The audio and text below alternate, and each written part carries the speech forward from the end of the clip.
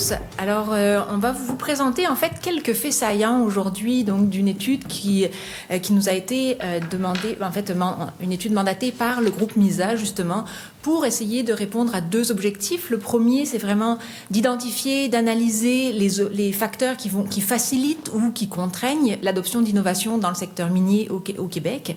On s'est focalisé sur la phase d'exploitation minière. Et la deuxième chose, c'est d'essayer d'étudier le contexte actuel de la finance durable, les obligations de divulgation de critères ESG et de voir justement si ce nouveau contexte-là a des impacts potentiels sur l'adoption d'innovation dans le secteur minier au Québec.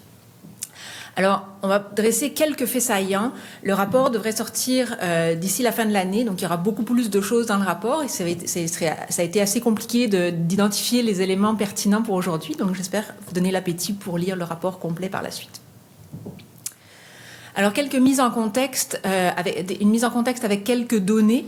Vous êtes tous du secteur minier, donc c'est sûr que je ne vais pas refaire un portrait du secteur minier, mais juste pour vous dire quand même, c'est un secteur créateur de richesse au Québec, qui crée de la richesse au Québec, un secteur au niveau de l'exploitation qui représente à peu près 2% du PIB du Québec, des industries, des dépenses en investissement. Le tout nouveau rapport de l'Institut de l'ISQ est sorti le 31 octobre 2023 qui chiffre en fait les dépenses en investissement à 3,848 millions de dollars en 2022, en hausse de 16% par rapport à l'année précédente. Donc, on atteint à nouveau dans ce secteur des dépenses en investissement au niveau des années 2012-2013, donc des dépenses quand même assez importantes. Et quand on parle de dépenses d'investissement, on va aller un peu plus loin maintenant en termes d'innovation. Quel constat on peut faire? Là, on a des données un peu moins récentes, je dirais, de Statistique Canada. Ce sont les dernières données publiées sur la période 2017-2019. Les données les plus récentes ne seront publiées qu'en février 2024, donc la mise à jour. Donc, on s'est servi en fait de l'enquête sur l'innovation et les stratégies d'entreprise qui montre en fait, je vous ai mis deux graphiques. Le premier sur des innovations de procédés d'entreprise. Ça permet en fait de voir la proportion des entreprises minières au Québec par rapport aux entreprises du secteur manufacturier au Québec et ensuite au Québec versus l'Ontario et la moyenne canadienne. Qu'est-ce qu'on constate? C'est qu'au niveau de l'innovation de procédés d'entreprise, le secteur minier au Québec semble être en phase avec le secteur minier ailleurs au Canada, dans la moyenne canadienne. Par contre, semble être accusé un certain retard par rapport au secteur manufacturier en termes d'innovation de procédés. Si on regarde au niveau des innovations organisationnelles, alors là, on parle plus, par exemple, de systèmes d'information, de communication nouveaux ou améliorés, on a des constats un petit peu différents. Le constat est que le secteur minier au Québec semble accuser un retard par rapport au secteur manufacturier au Québec et semble également accuser un retard au niveau, même aussi au niveau du secteur minier par rapport à la moyenne canadienne. Par contre, comme je vous disais tout à l'heure, ce sont des données qui ne sont pas récentes. 2019, on s'entend qu'il y a des années-lumière qui se sont passées, même si c'est très peu d'années, il y a eu des bouleversements technologiques, la transformation numérique qui fait en sorte que ces données-là ne sont potentiellement plus à jour, d'où l'intérêt de notre projet et l'intérêt finalement d'aller consulter les acteurs du milieu, parce que ce qu'on s'est rendu compte justement en faisant la revue de littérature, c'est qu'on manquait de données récentes sur l'innovation, sur l'adoption d'innovation dans le secteur. Donc, on a quand même fait la revue de littérature, on a regardé aussi analyser des rapports ENI 4301, mais surtout, on a fait un deuxième volet qui était la consultation de différents acteurs dans le secteur minier pour actualiser les constats issus de la littérature et pour confirmer, infirmer ou nuancer certains propos de la littérature pour l'adapter finalement au contexte québécois. Parce que bien souvent, il y a des éléments qui sont ailleurs, qui se passent ailleurs dans le monde, qui ne sont pas propres au Québec. Alors, dans ce contexte-là, on a réalisé des entrevues entre à peu près le mois de mai et le mois de septembre de cette année. On a rencontré une trentaine de personnes à travers des entrevues semi-dirigées. Donc, il y a quelques visages dans la salle que je vois qu'on a interviewés dans le cadre de ces entrevues. On a vraiment regardé l'ensemble des acteurs. Donc, non seulement les minières, mais les équipementiers, le gouvernement, des gens de la recherche, des investisseurs, des gouvernements, des consultants. Donc, on a essayé vraiment d'aller regarder l'ensemble des parties prenantes du secteur minier.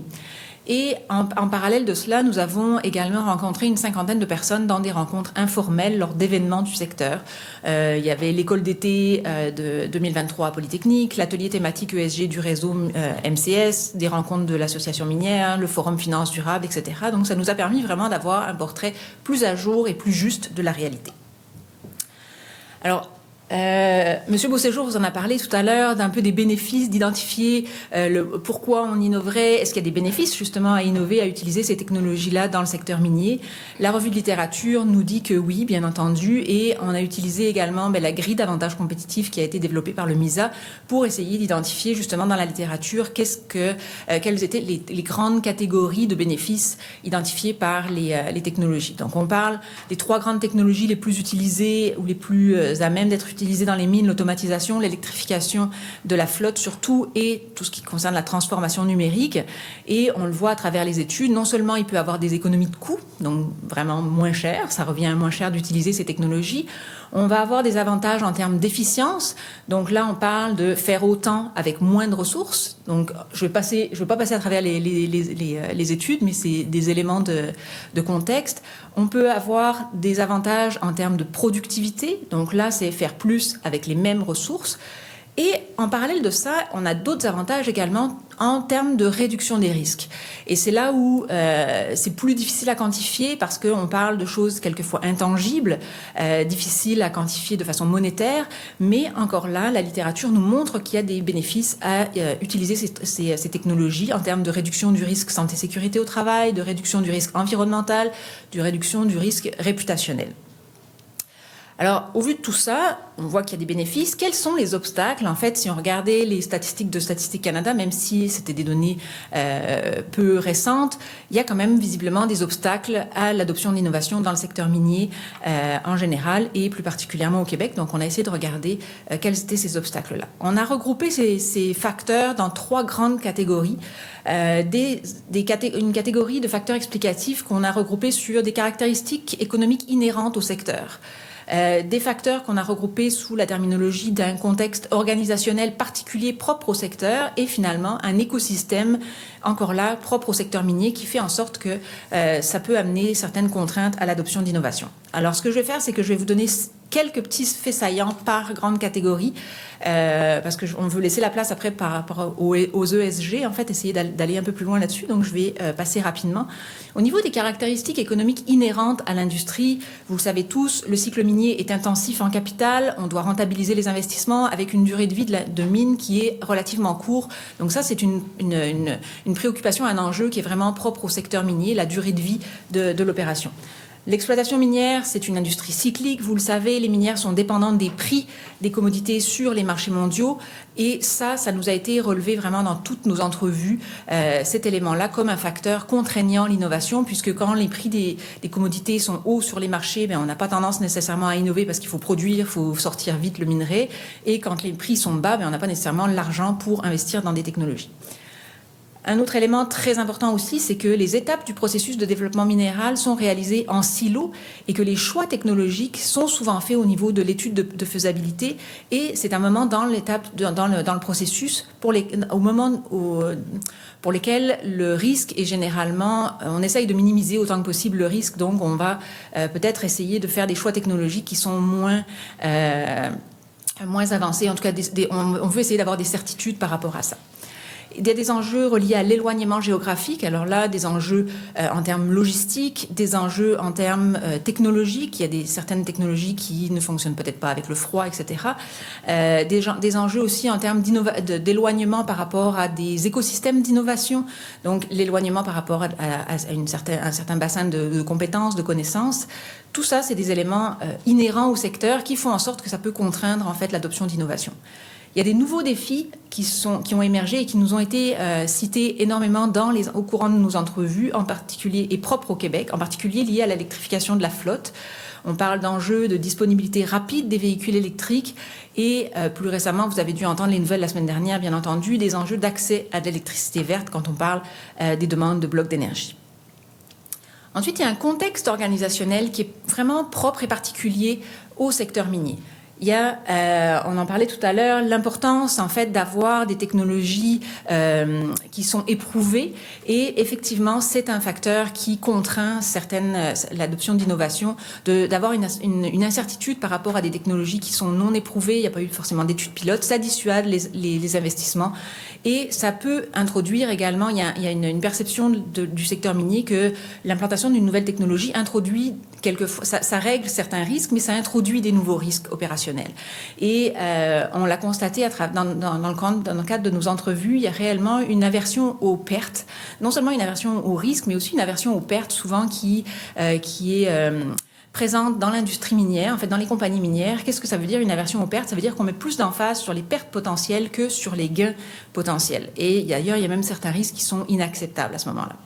Cette aversion aux pertes est exacerbée aussi par les systèmes de performance, les systèmes de bonification, de reconnaissance qui sont plutôt axés sur l'efficacité et l'efficience au détriment de la créativité ou de l'apprentissage. Et M. Beauséjour en a parlé tout à l'heure, des défis supplémentaires par rapport en lien avec les ressources humaines. Donc dans le contexte de l'industrie minière, on le disait, l'industrie est en compétition avec d'autres secteurs, mis en concurrence avec d'autres secteurs, et même avec la même industrie, mais dans le reste du monde. On fait face à une main-d'œuvre vieillissante, donc un transfert de connaissances qui est plus compliqué, une résistance au changement. Donc il y a vraiment un besoin de formation aux nouvelles technologies pour qu'il y ait une certaine acceptabilité et un enjeu d'attraction et de rétention de la main-d'œuvre. Finalement, la troisième grande catégorie, c'était l'écosystème spécifique. Donc, on le sait, on a rencontré beaucoup de ces acteurs-là, mais autour de la compagnie minière, il y a énormément d'acteurs qui gravitent, que ce soit les équipementiers, les gouvernements, les communautés, les consultants, la population en général. Et chacun de ces acteurs-là influence en fait l'adoption d'innovation de la compagnie minière. Alors, je vais juste faire le zoom sur deux parties prenantes. Tout d'abord, les équipementiers. Ce qu'on constate depuis quelques années, en fait, c'est vraiment une désintégration verticale des grandes entreprises minières, et on va vers un nouvel écosystème d'innovation qui est alimenté principalement par les équipementiers, justement. On voit qu'il y a eu un changement de paradigme depuis quelques années, où avant l'innovation émergeait au niveau des compagnies minières. Maintenant, elle a été plutôt transférée au niveau de l'émergence, au niveau des équipementiers. Et la transformation numérique actuelle accentue en fait ces changements structurels. On voit que les équipementiers offrent souvent des solutions complètes. Il n'y a plus juste l'équipement, mais aussi tout le logiciel qui va à côté, le traitement des données, etc. Et ça rend les minières de plus en plus dépendantes à ces fournisseurs. Donc là, on voit un nouveau risque encore introduit par rapport à l'utilisation de technologies numériques en lien avec les données. Tout ce qui concerne la confidentialité des données, la propriété des données, est-ce qu'on perd notre autonomie par rapport à nos données? Donc ça, c'est des éléments qui sont importants à prendre en considération et qui sont des freins quand même à l'adoption d'innovation dans le secteur. Et le deuxième acteur sur lequel je veux faire un petit peu un focus, c'est la population. Et M. Beauséjour en parlait tout à l'heure au niveau de Cyrano. Depuis 2011, on a des données sur ce qu'on appelle le baromètre Cyrano. Donc c'est un outil qu'on a développé pour lequel à peu près aux 2 ans, on fait une enquête auprès de la population. On sonde à peu près 1000 personnes représentatives du Québec. Et pour connaître un petit peu leur perception sur une 50aine d'enjeux, dont l'exploitation des mines. Et là, je voulais attirer votre attention, ça sort un petit peu de l'adoption d'innovation, mais quand même, parce qu'on le sait que la population a son mot à dire, souvent dans l'implantation d'une mine, donc des technologies qui vont être utilisées dans cette mine-là. On parle de licence sociale d'opérer, l'acceptabilité sociale est très importante dans ce contexte-là. Donc là, je voulais juste vous présenter quelques éléments propres au Québec, justement, sur l'exploitation des mines et de la perception de la population, l'évolution de la perception de la population sur l'exploitation minière depuis 2013. Ce qu'on constate en 2022, qui est notre dernière étude, 21% des répondants perçoivent un risque élevé, donc relativement stable dans le temps en termes de risque perçu pour l'exploitation minière. Au niveau des bénéfices élevés, 34% de la population perçoit des bénéfices élevés pour l'exploitation des mines au Québec. Et là, on a vu vraiment encore stable depuis 2016 avec une baisse entre 2013 et 2016. Et quand on parle d'acceptabilité sociale, on a à peu près le même patron que pour les bénéfices perçus, mais quand même un fort pourcentage de la population, au-delà de 50%, 54% de la population qui est favorable à l'exploitation des mines au Québec. Ce qui est intéressant de voir aussi, et ce que permet le baromètre Cyrano, c'est non seulement de voir des perceptions pour l'enjeu propre de l'exploitation des mines, mais également de le comparer à d'autres enjeux qu'on teste dans le baromètre. Donc, on a une 50aine d'enjeux, je vous disais. Et pour l'acceptabilité sociale, on restreint un peu notre champ d'enjeux, puisqu'il faut quand même qu'il y ait des bénéfices et des pertes reliées à des enjeux pour qu'il y ait une acceptabilité sociale. Mais quand on le compare, en fait, l'exploitation des mines, on voit bien qu'il se retrouve dans les enjeux qui sont acceptés socialement au Québec. Et il se différencie, en fait, d'autres secteurs traditionnellement industriels qui sont plutôt, pour lesquels les Québécois sont plutôt opposés quand on parle de l'utilisation de produits chimiques par les industries, de l'exploitation pour du gaz de schiste, le transport de matières dangereuses, l'exploration pour du pétrole. Donc l'exploitation des mines se distingue vraiment et ça, depuis le début 2013, on voit que l'exploitation des mines est toujours au niveau, est toujours dans la partie favorable. Donc c'est un élément intéressant. L'autre aspect intéressant aussi du baromètre, c'est qu'on peut savoir, pour chaque répondant, on a une dizaine de données sociodémographiques qui nous permettent d'avoir où il habite, quel âge il a, son niveau de scolarité, etc.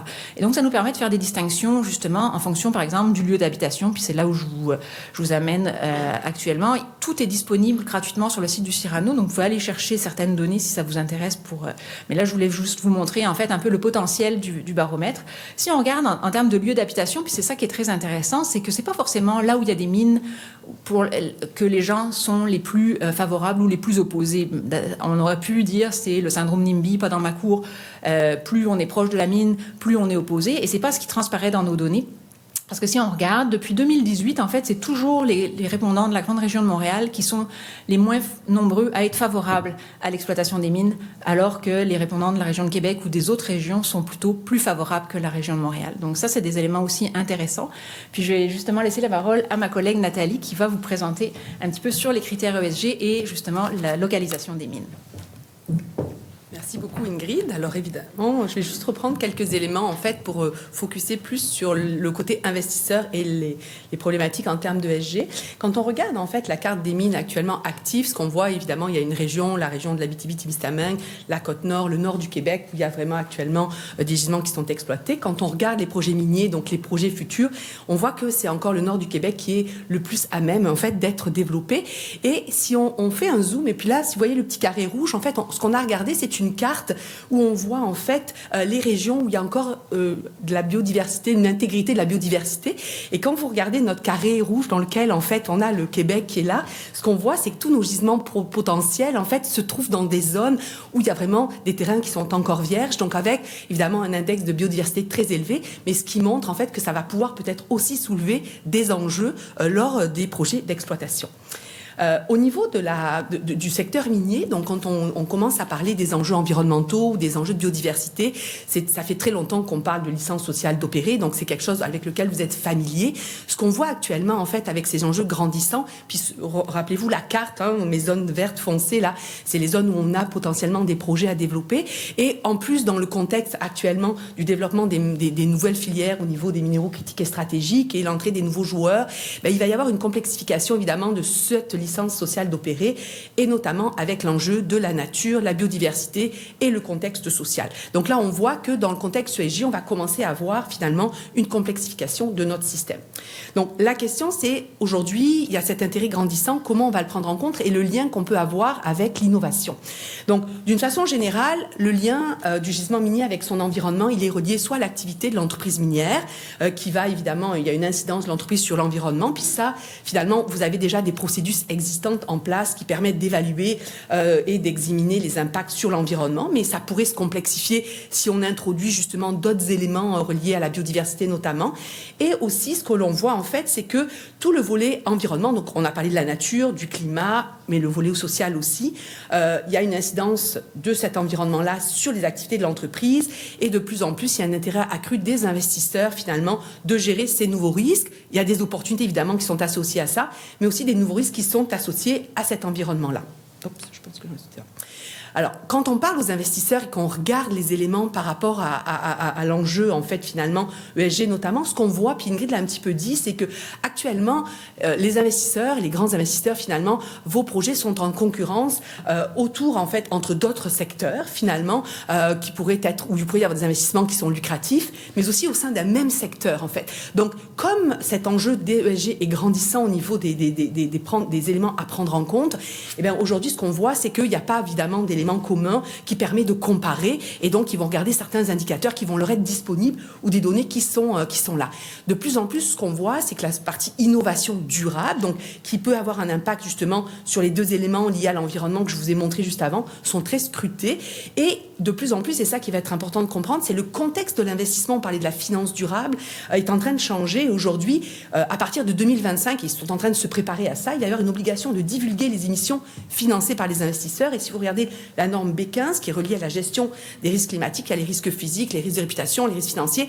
En fait, il va y avoir un besoin en fait d'avoir l'information pour qu'ils puissent prendre des décisions. Et ça, évidemment, les données générées vont être à la clé en fait de ces prises de décision, parce qu'ils vont vouloir comparer, ils vont avoir besoin de transparence des données et aussi de la pertinence par rapport aux décisions qu'ils vont devoir prendre. Donc actuellement, le secteur minier, notamment le secteur minier au Québec, puis on le voit, est un secteur pour lequel il y a des cadres spécifiques qui sont apparus dès 2004 avec l'initiative vers un développement minier durable qui a été développé par l'Association minière du Canada et qui est un cadre qui est suivi mais qui est obligatoire au niveau du Québec. Et c'est sûr que c'est une initiation qui est réputée, on le voit maintenant dans l'industrie minière, c'est quelque chose qui est reconnu. Mais quand on parle aux investisseurs, en fait, on se rend compte que dans le besoin de comparabilité avec d'autres industries, notamment, c'est assez complexe, en fait, pour prendre une décision éclairée. Et donc, de plus en plus, en fait, quand on discute avec les minières, on en a rencontré un certain nombre, on leur posait la question au niveau des ESG parce qu'on avait focusé sur cet élément-là. Et donc, chacun nous parlait des cadres ESG qu'ils utilisaient et qui étaient, en fait, des cadres qui leur permettent de divulguer un certain nombre d'indicateurs. Alors, il y en a certains que vous connaissez peut-être. Le GRI, c'est déjà depuis 1997. Le CDP, c'était vraiment pour la divulgation au niveau des données climat. Et il y en a plusieurs. Le SASB, c'est des données spécifiques ESG pour certains secteurs. Mais évidemment, ce que vous voyez quand vous les regardez, puis il y a certaines minières au Québec qui en ont plusieurs, qui divulguent auprès de plusieurs de ces standards. Mais c'est une ligne éditoriale qui est propre. C'est parfois en concurrence. Parfois, ça donne des résultats qui sont peut-être même contradictoires. Et ce que l'on voit, en fait, c'est qu'il y a vraiment ce besoin. L'industrie financière est en train de se mobiliser, justement, pour pouvoir essayer d'avoir un cadre commun qui serait utilisable, évidemment, dans toutes les industries et aussi dans tous les pays au niveau de la gouvernance, de la stratégie, risque-opportunité, avec des indicateurs qui seraient cibles. Donc, vous avez peut-être entendu parler des travaux de l'ISSB, qui a installé, évidemment, son siège au Québec, à Montréal, et donc avec lequel on a pas mal d'interactions, justement, autour de ces éléments-là. Et donc, quand on regarde les indicateurs spécifiques à l'industrie minière, par exemple, vous avez des indicateurs qui sont connus. Peut-être déjà, vous avez certaines entreprises et les grandes compagnies ont déjà des indicateurs qui sont mesurés au niveau des émissions des gaz des GES, la gestion de l'eau, la gestion de l'énergie. La norme SASB, elle est vraiment spécifique. Et puis, je regardais, en fait, il y a même depuis 2018, il y a une liste beaucoup plus étoffée. On vous demande de regarder quelles sont les réserves à proximité, la gestion des déchets, par rapport à la gouvernance, par rapport aux communautés. Donc, il y a vraiment une grande liste de critères qui sont aussi amenés pour ce spécifique. La question aujourd'hui, évidemment, c'est que dans ce fameux cadre commun ou dans les besoins des investisseurs, quelles sont les données qui vont vous être demandées? Et c'est sur ces données-là qu'il va y avoir une décision qui va être prise. Donc aujourd'hui, les entreprises qui divulguent déjà, on en a vu plusieurs qui avaient déjà une divulgation ESG qu'ils mettaient dans leurs documents. Elles sont un petit peu en avance, évidemment, mais elles devraient donc avoir moins de difficultés à s'adapter à ces nouveaux cadres. Mais ce qui va être difficile, en fait, même pour ces entreprises-là, c'est qu'elles vont devoir engager finalement l'ensemble de leur chaîne d'approvisionnement dans cette transparence accrue, parce que justement, on parle de responsabilité étendue, on parle évidemment des GES, mais au niveau de la chaîne d'approvisionnement, les investisseurs, c'est ce qu'ils vont devoir divulguer, donc c'est ce qu'ils vont vous demander, et donc là, on est en train de regarder ces éléments-là pour pouvoir voir comment se préparer à ce changement. Alors évidemment, la question qui nous est toujours posée, c'est que est-ce que finalement, l'ESG va nous amener des meilleures performances financières, puisque vous, c'est ce que vous allez vouloir dire à vos investisseurs. Il n'y a pas de consensus actuel, en fait, sur les liens entre une bonne performance ESG et une bonne performance financière. Ce n'est pas les seuls critères. En revanche, ce qui est sûr, c'est que des mauvaises pratiques ESG ont un impact plus fort sur le plan négatif que des bonnes pratiques. Donc, finalement, on peut dire qu'il y a un incitatif qui est là. Et aussi un autre élément, en fait, MSCI, qui fournit des données ESG à l'ensemble de la communauté.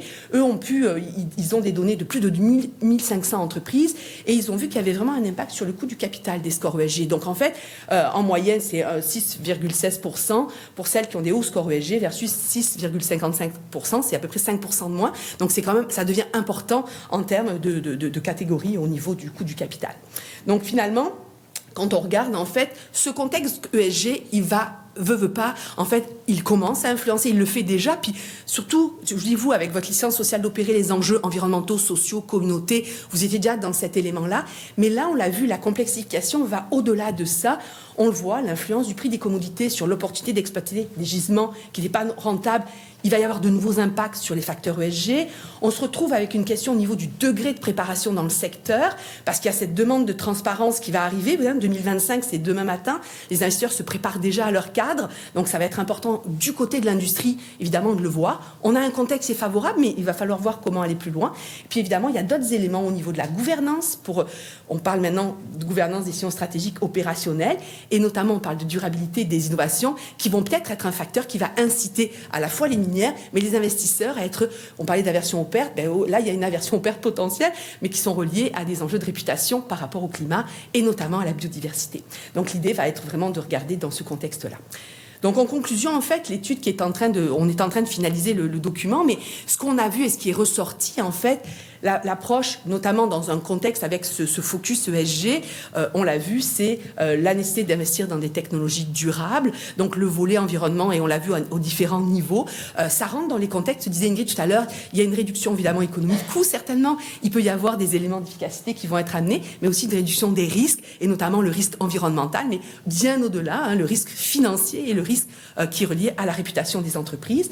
Favoriser la collaboration avec l'ensemble des acteurs, ça c'est important, puis on l'a vu avec l'Institut MIA, avec tout cet écosystème qui se met en place et qui est déjà là pour justement collaborer entre les différents acteurs, et votre présence le montre bien, parce qu'il y a des différentes variabilités au niveau des entreprises qui vont collaborer. Et il faut se préparer à cette transparence accrue sur les critères ESG autour d'un cadre commun qui est en train de se mettre en place à toutes les industries. Et donc, il y a une avance, il y a des choses déjà en place pour l'industrie minière, mais sachez que les investisseurs considèrent l'industrie minière face à d'autres types d'industries. Et là, on va voir, en fait, finalement, le secteur minier est un secteur qui est très important dans cette transition énergétique, mais il va falloir, évidemment, le faire de façon durable. Alors, il y a d'autres perspectives qui vont être prises en compte. C'est tout l'ensemble de la chaîne d'approvisionnement. Je vous ai rajouté un degré de complexité et aussi, évidemment, la qualité des données. On l'a vu et c'est pour ça que, pour nous, en fait, la mine 4.0, la mine autonome, la mine, justement, numérique que vous êtes en train de préparer, c'est un passage pour nous obliger vers la mine 5.0, la mine qui va être durable et qui va intégrer les facteurs ESG dans sa divulgation. Merci.